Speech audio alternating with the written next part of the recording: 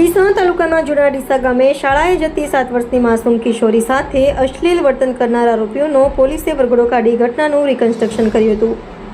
મળતી માહિતી મુજબ ગામની શાળાની આગળ દુકાન ચલાવતા મજૂર જાનુભાઈ મેમણ નામના વિકૃતિ સમયે કિશોરીનો હાથ ખેંચી સાઈડમાં લઈ જઈ શારીરિક કડપલા કર્યા હતા। કિશોરી આ ઘટનાથી ભયભીત થઈ ગઈ હતી અને ઘરે જઈને પિતાને સમગ્ર ઘટના વિશે માહિતી આપી હતી, જેથી તેના પિતાએ તાત્કાલિક ડીસા રૂરલ પોલીસ સ્ટેશનમાં ફરિયાદ નોંધાવી હતી। પોલીસે ગુનાની ગંભીરતા પારખી તાત્કાલિક આરોપી મંજૂર મેમણને ઝડપી લીધો હતો અને પોસ્કો સહિતના કાયદાની યોગ્ય કલમો હેઠળ ગુનો દાખલ કરી જેલમાં ધકેલી દીધો હતો। આ કૃત્યને લઈ ગામ લોકોમાં ભારે રોષ જોવા મળ્યો હતો। રિપોર્ટર નદીન સુંદેશા, ડીસા।